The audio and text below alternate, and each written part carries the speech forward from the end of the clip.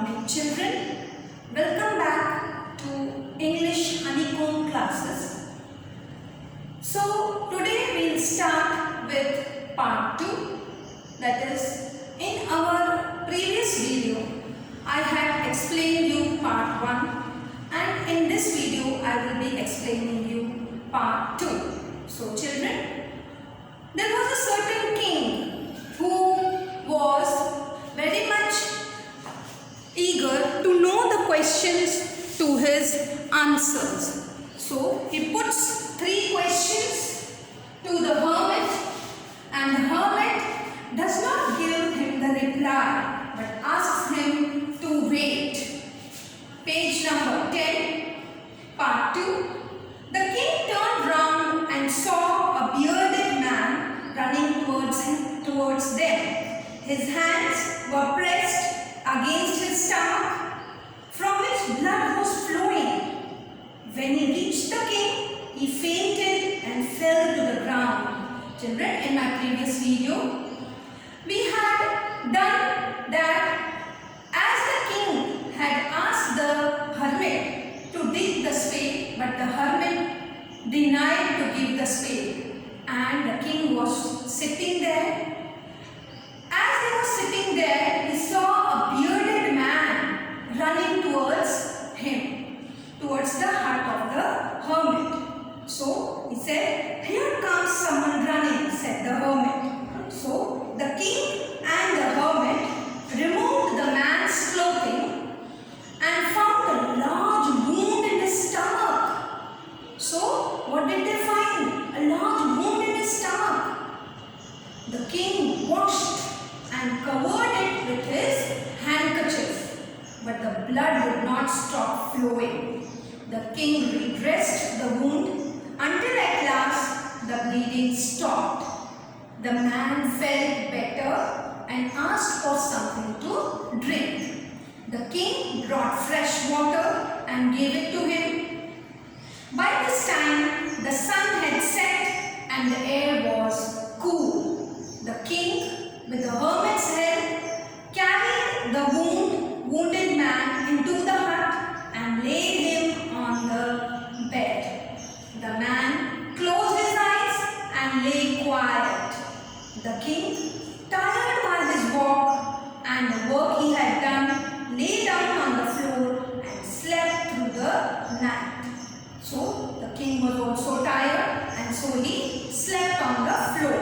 When he awoke, it was several minutes before he could remember where he was or who the strange bearded man lying on the bed was.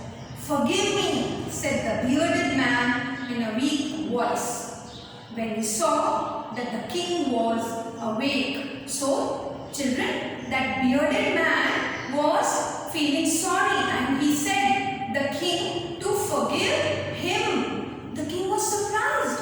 Who is that man? Who was that man? And why is he telling me to forgive me? Right? So, "I do not know you, and you have nothing to forgive you for," said the king. "You do not know me, but I know you." So that bearded man said that, "Dear king, you do not know me, but I know you." So the king was surprised. "How come?" Then, "I am that enemy of yours who swore revenge on you because you put my brother to death and seized my property. I knew you had gone alone to see that hermit, and I made up my mind to kill you on your way home." So see children, the story has a twist. वो जो आदमी आया था, वो कौन था? उसके brother को किंग ने मार दिया था, because he was the enemy of the king. And I knew you had gone alone to see the hermit, and that man knew that the king had gone to see the hermit all alone, and I made up my mind to kill you on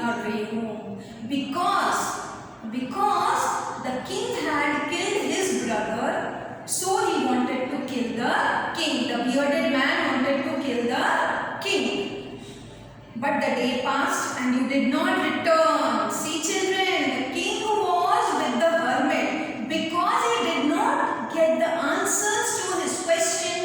He waited at the hermit's hut. So, what happened? And I came upon your bodyguard who recognized me and wounded me. I escaped from him, but I should have died. If you had not dressed my wounds. So, that time was most important. If the king had not dressed the wounds of the bearded man, he would have died. I wished to kill you, and you have saved my life. So, the bearded man is feeling sorry. He is asking forgiveness. That, dear king, forgive me. That I was planning to kill you, but you have saved my life. I wish to kill you and you have saved my life. Now if I live, I will serve you as your most faithful servant and will order my sons to do the same. Forgive me. The king was very happy to have made peace with his enemies so easily and to have won him over as a friend. He not only forgave him, but said he would send his servants and his own daughter to look after him. So what did the king say to the bearded man? That not only I will be sending the daughter to you, but he will also take care of you and look after you. And on top of it, the king had forgiven him and he promised to give back the man his property. Leaving the wounded man, the king went out of the hut and looked around for the hermit. Before going away, he wished once more to get answer to his questions. The hermit was on his knees, sowing seeds in the beds that had been dug the day before. The king went up to the hermit and said, "For the last time, I beg you to answer my questions, wise men." "Do you not see," replied the hermit, "if you had not pitied my weakness yesterday and had not dug these beds for me, you would have gone away.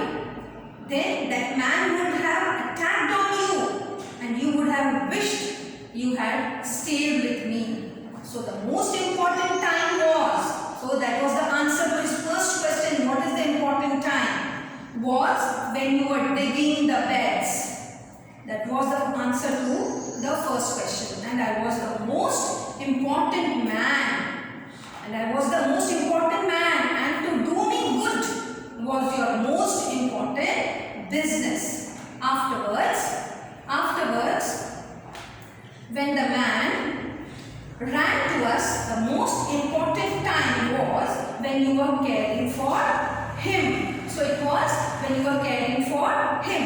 Because if you had not dressed his wounds, he would have died without having made peace with you. So he was the most important man. And what did you do for him was your most important business. Remember then, there is only one time that is important, and that is now. It is the most important time because it is the only time we have any power to act. So the most important business is to do that person good, because we were sent into this world for that purpose alone. So children, with this we come to the end of part 2. Do read the chapter and watch the video.